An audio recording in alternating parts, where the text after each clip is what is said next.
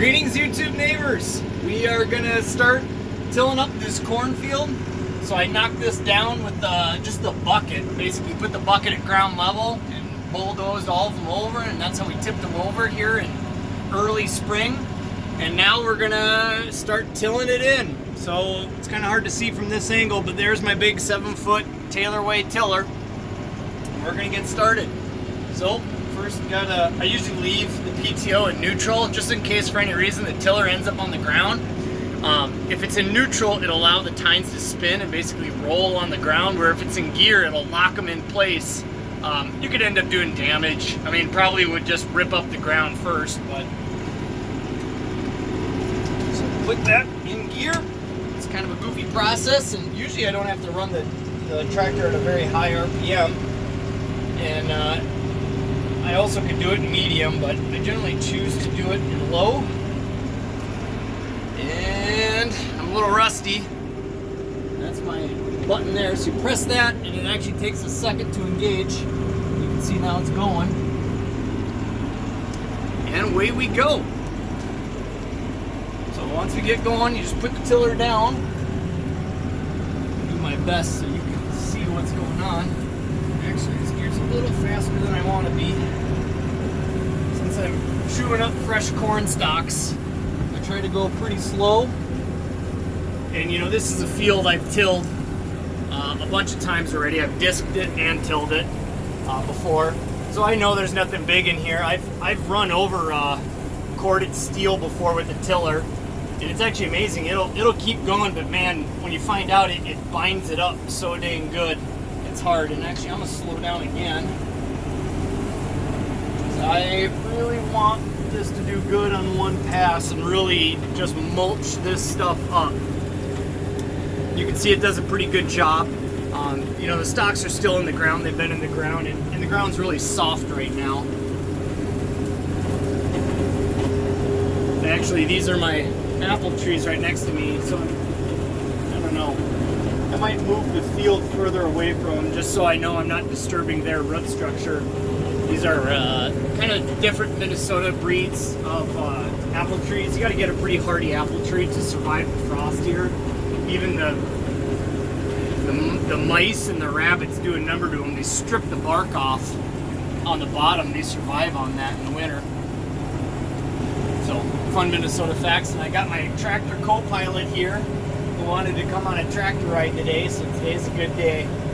Any day you can get out with your tractor buddy. Works out pretty nicely. And the tiller's still cooking back there. It's kind of leaving a little bit of a string in the middle. I don't know why it's doing that, but I can tell it's still cooking back there.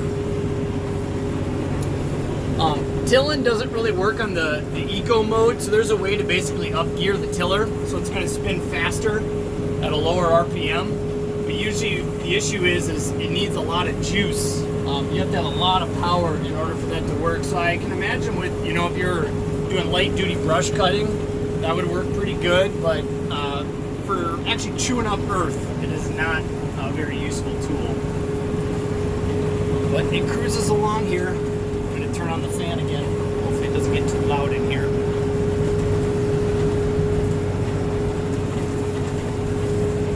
That's what we're up to today. It's pretty simple work. Getting the tiller hooked up on the 3-point, you know, it's still not a very great system. It's still a two-man job, just because, you know, with the geared transmission, it's hard to get exactly where you want to be. The thing is so big and awkward.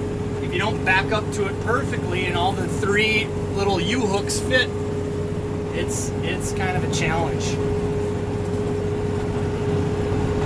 So I had me and the wife working on that yesterday, and it's always a bear of a project. She doesn't like participating in that, but we don't have another choice because my little tractor body isn't big enough yet to move around the 3-point and get it to where we want. So that's basically how this works for tilling. I actually really like it. I plan to do a review on that Taylor-Way tiller. It's about 900 pounds, and I bought it, you know, before the China steel tariffs and before COVID, obviously. So I got it at a pretty good price. I think I paid $2,800 for it. I'm sure now it's going to cost a lot more than that. But it works really good. You notice there that shaft the shaft protection thing isn't really doing its job. I actually have to replace that. Right when I got it, I asked the neighbor to spot for me to see when I put it down if it was too close to my hitch. He said it wasn't. He was wrong. It was. It actually chewed that thing up really good. Thankfully, it didn't damage the shaft. It only damaged the actual PTO housing cover. And so, it's not a large safety concern. There's not much going on in there, but dirt could get in there, and obviously that's all grease protected. So it's just not something you want in there. I'll have to get that fixed. It shouldn't be a mega fix, but yeah, something to keep an eye on. If you have a hitch back there, when you put that tiller down, all of a sudden that PTO shaft is riding on that hitch, and it'll do a number on you real quick. That only took me about 3 minutes to damage that in a way that I ain't gonna be able to fix it. So yeah, it's working good. It's a great day here today. I think it's 40 degrees already, and it's gonna warm up to be 50, so it's a great Minnesota spring day, especially with no wind. Kind of had a crazy